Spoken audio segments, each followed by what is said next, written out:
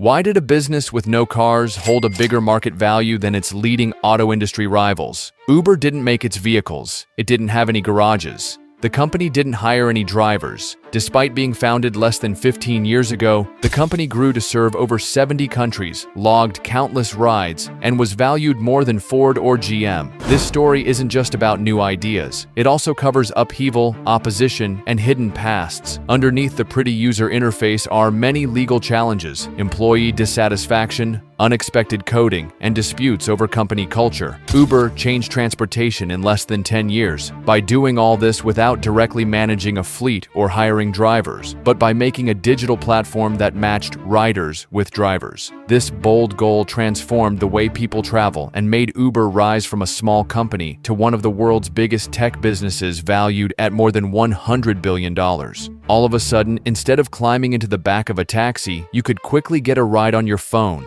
With Uber, transportation changed, but it also made things more convenient, changed city mobility, and sparked a global move to the gig economy. Even so, Uber's amazing progress was marked by a lot of disarray. Underneath the shiny look and praiseworthy reviews are also challenges with regulation, taxi union rallies, and many legal suits beyond just one country. The company's fast growth, which occasionally ran roughshod over local rules and regulations, led to strong criticism. When you add in topics about employee rights, workplace ethics, and a toxic environment, the story becomes as much about disruption as it is about dealings with their troubled history. The growth and success of Uber show the many benefits and risks made possible by digital technology, leading people to think about the costs of rapid advancement when it involves unfairness and poor oversight. Looking at Uber's remarkable history helps us witness how technology can change things quickly, but also leaves those systems open to problems. The story mixes ambition, new ideas, and unrelenting disruption with serious ethical and social questions.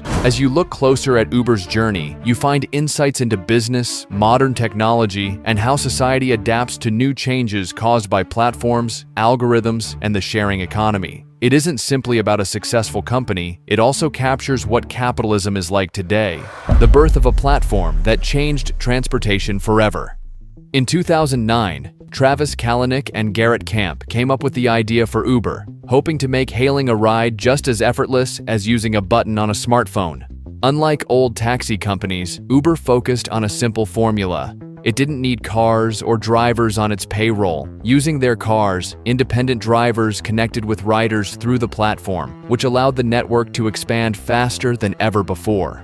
In 2011, Uber was allowing rides in New York and Paris, in addition to San Francisco. Uber provides services every year in over 10,000 cities in more than 70 countries, finishing hundreds of millions of rides. A look at how the genius business model works. The business operates with few assets, can grow quickly, and changes the market. That's how Uber achieved its stunning growth. Uber isn't fundamentally a transportation firm. It's a technology platform. It acts as a connection between those who want to drive and those who want to ride. There is no need to deal with fleets. You never need to deal with broken garages. If Uber classified drivers as workers, it would have to pay salaries, benefits, and insurance. It demonstrates how the gig economy works. It's simple for drivers, but it makes Uber a lot of money. Dynamic pricing truly changed the way things operated. If demand is high, ticket prices go higher too. Profit goes up for auto rental companies without having to add more cars. Using algorithms allowed the model to remain active and keep rides on the road, as well as boost profit. Not everyone could stop Uber from growing at a mega pace. Instead of following the old way, negotiating permits and buying vehicles, Uber arrived in cities with just a smartphone and lots of drivers. You don't need to build anything, just data, drivers, and passengers. The technology behind Uber's market domination. The basis for Uber's success is an intricate technology platform. Using real-time GPS tracking, instant payments, and value-based pricing helped Uber measure supply and demand and share cars as needed. Despite being seen as controversial, surge pricing made more drivers help during busier times, which decreased waits and made the service more accurate. The more people driving, the quicker the service was, which meant more riders opted for it, and the more passengers using Uber, the faster and more reliable it became for drivers. Ride-hailing is only one part of what makes Uber technology important. With logistics powered by data, Uber was able to enter food delivery, Uber Eats, shipping, and options for e-bikes and scooters. Uber's asset-light business model and financial growth.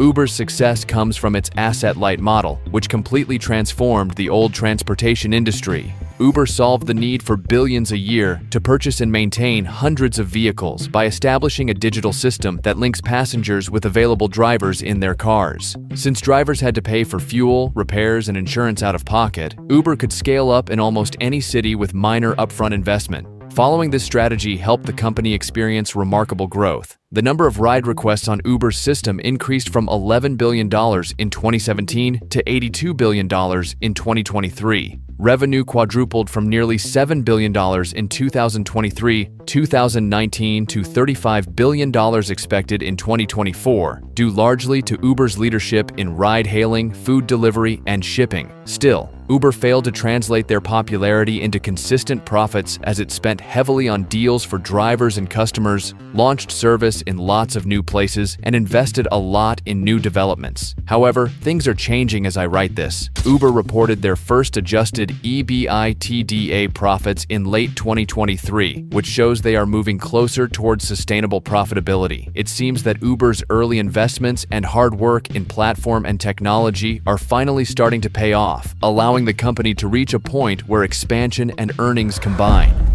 Expansion beyond ride-hailing, food, freight, and autonomous vehicles.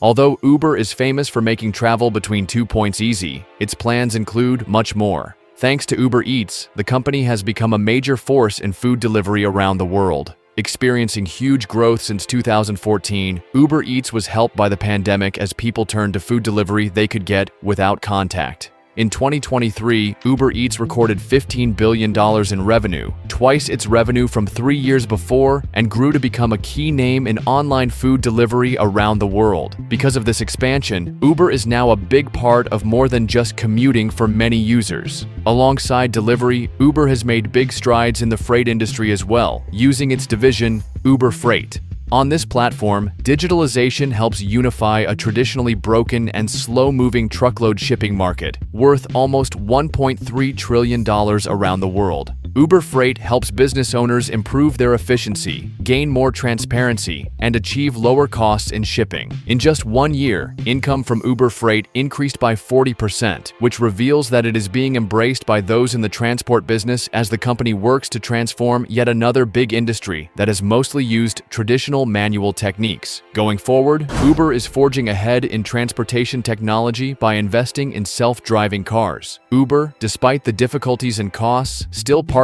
with industry leaders, and working with companies like Aurora could bring self-driving cars to the ride-hailing industry within a decade. If Uber can remove human drivers from the equation, it would cut a major operating cost, alter the way cities move, and reduce road accidents. Even though we are still several years from mass adoption, Uber demonstrates its mission to keep leading the way in international transportation.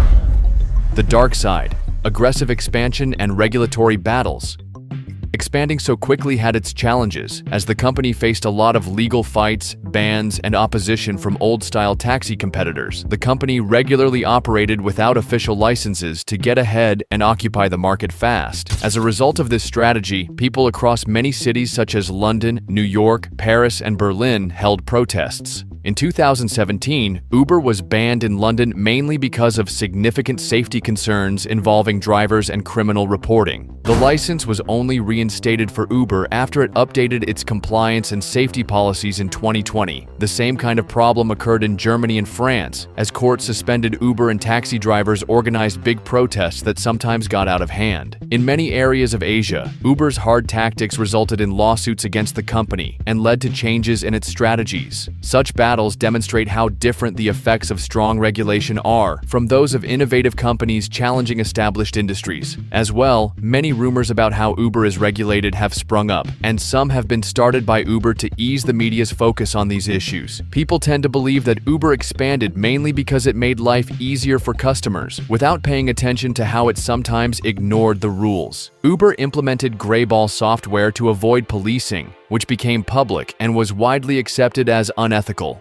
People sometimes say Uber's actions were typical of a startup in the tech industry, designed to bring in more customers and new ideas. Yet, many critics think these actions ignored safety measures and harmed fair competition. Even so, some say Uber always supported drivers' interests and followed the law, yet there have been numerous lawsuits and protests abroad.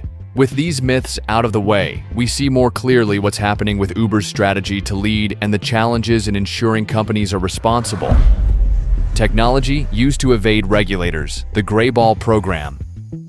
It wasn't only Uber's developments that led to its success, but its approach to strategies that crossed important boundaries. Hidden under the common-sense design were methods meant to achieve the company's interests before regulators, compete more effectively, and avoid responsibility. In cities where officials banned Uber, the company secretly used the tool Greyball to avoid being discovered. By tracking GPS locations and examining payment details, Uber realized who the government officials were and presented them with a false app. The actual ride could no longer be found. Fake cars appeared. To get around police in Portland, Las Vegas, and Paris, Uber would hide employees' rides and operate dishonestly. A split-screen animation is used to compare how a real user sees cars and how a regulator views them using their app. Through a tool called God View, riders could be tracked by employees in real time, even if they never agreed to it. It is said that journalists and celebrities were closely followed. Since no internal controls existed, workers had unlimited access to review any user's activities. As a result, people started to worry about their privacy and realized there was no real data protection system at the company. To defeat local rivals, Uber set their prices too low and spent a fortune offering customer subsidies.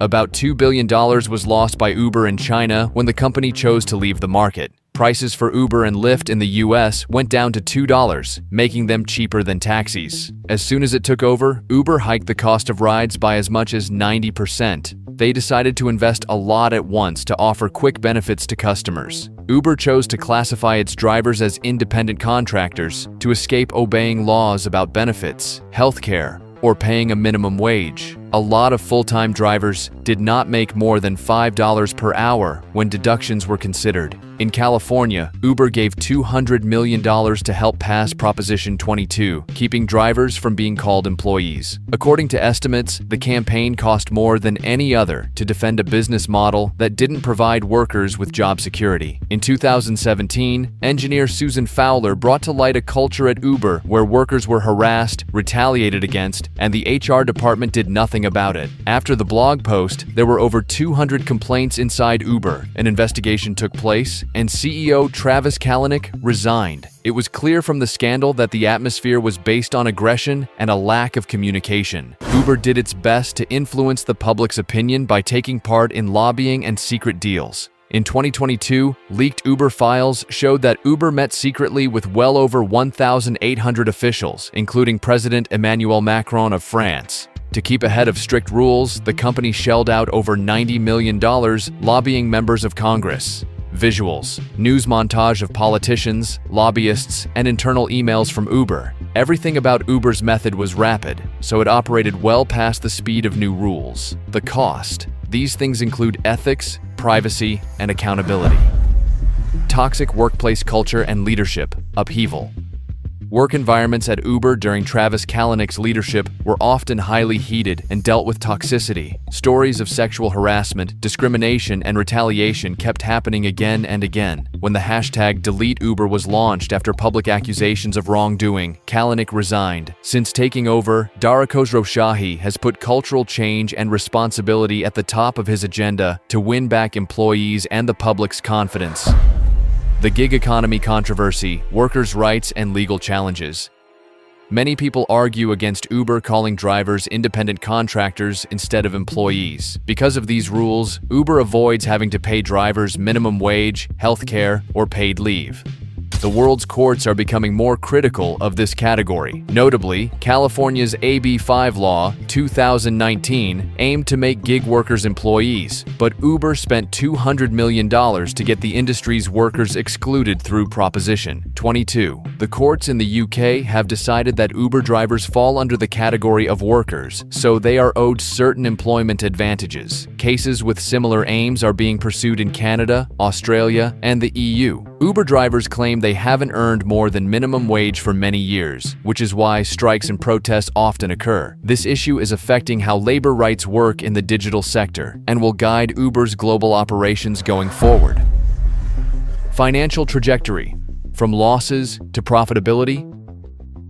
To conquer new markets and pay its drivers, Uber has sunk a huge amount of money into the business. The losses in 2020 were over $5 billion.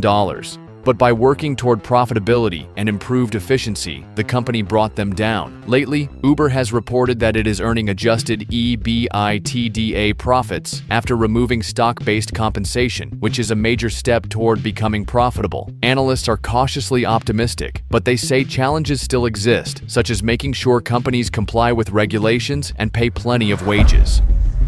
Future predictions. What lies ahead for Uber?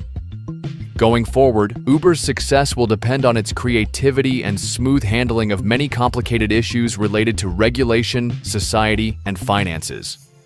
A large part of Uber's strategy is autonomous vehicles. It is investing huge sums to prepare self-driving cars for the streets, and specialists put the share of such rides in major cities at up to 40% in 2030, thus cutting costs and changing mobility throughout cities. At the same time, the increasing worry about climate change and pollution has encouraged Uber to move toward a major goal, having all rideshare trips in big cities be electric by 2030. Uber has partnered with both automakers and government agencies to help push electric vehicles faster, indicating that ride-hailing is heading towards sustainability. Despite this, Uber continues to feel growing pressure to look at new labor policies. As more advocates for better treatment, the company could be required to introduce a new type of work that gives drivers some benefits without changing how they work so much. In addition, Uber is developing ways to include electric scooters, bikes, and is working with public transit systems to offer a single platform for all kinds of travel in cities. With Uber now out of highly competitive markets such as China, its move into emerging economies will require welcoming political and legal rules. How Uber deals with these factors will chart its path to lead or deal with difficulties in the future. A tale of innovation, controversy, and transformation. Uber, moving from a Silicon Valley shop to a $100 billion company, forever transformed the industry. Platform companies appeared everywhere thanks to Uber's example, and millions began using these services. Even so, Uber's success has always been Venetian-centered on controversial episodes, including lawsuits, ethical concerns, and labor disputes. If Uber wants to remain a popular and responsible disruption, it must approach its upcoming changes in sustainability, autonomous vehicles, and employment laws with caution. If you liked this closer look at Uber's journey, go ahead and press the like button and subscribe for similar posts. How do you see it? Is Uber an example of great innovation or a lesson to learn? Feel free to tell us what you think in the comments section. Remember to click on the bell so you're always notified about the world's top stories. Thank you for watching, and I look forward to seeing you in the following video.